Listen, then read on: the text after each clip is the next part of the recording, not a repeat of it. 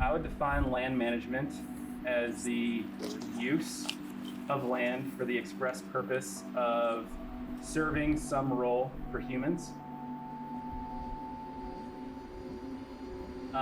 It's different than, say, conservation or stewardship, which is specifically focused at maintaining the environment or a more natural system, and instead it is focused on providing either ecosystem services or some type of human-centered service.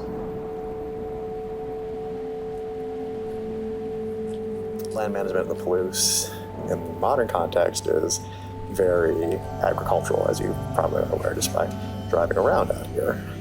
This area was originally settled for that specific purpose by Europeans. Over the past about 150 years, the Palouse has really transitioned from more grassland and woodland to more agriculture. Actually, 90% of the grassland and woodland that used to be here is now dedicated specifically to cropland. So saying it's really anything else is, kind of bouncing around the truth a little bit.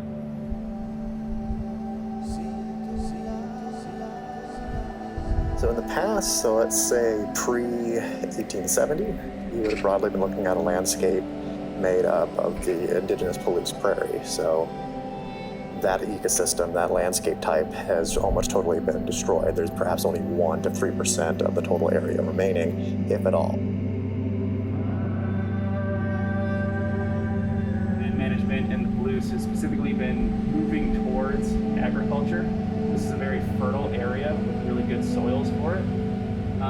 And that's still true today. I mean, Washington State University and University of Idaho in Moscow are both land-grant universities. They were specifically set up for bettering agriculture within this area. So this is what the Palouse has really been focused on since white people kind of got here and started settling it at a high rate.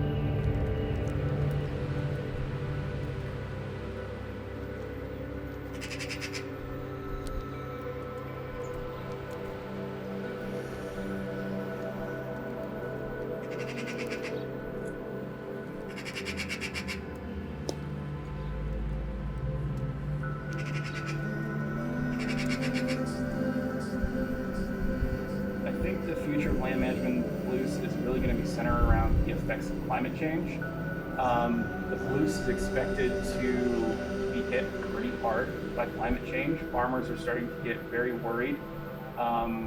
Unlike necessarily some other farming communities throughout the world, climate change is very seriously being discussed here in the Palouse. Part of those issues are that actually we're going to get more precipitation than we do now, which again, using dryland agriculture, that's actually good. There'll be more water.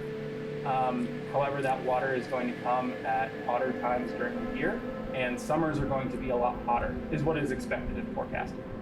A lot of the agricultural crops that are grown now are cereals and lentils. And the issue is that neither of those are going to do all that well in this new system that's expected to come into the Palouse. In addition to that, really horrible weather events, like extreme weather events, extreme droughts, extreme heats, are also expected to become increasingly common, which is really going to affect the economy and the agriculture that can grow here.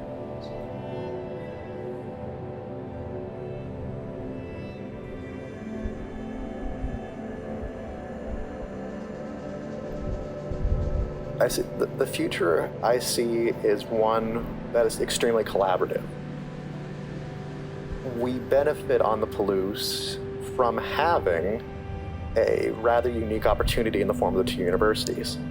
So not only do you have a diverse landscape of different stakeholders, farmers, town folks, forestry, tribes, and stuff like that. But you have two research land-grant universities that have the resources, usually, not always, and the requisite knowledge and skills to help facilitate advances and novel solutions to land management issues and find new solutions.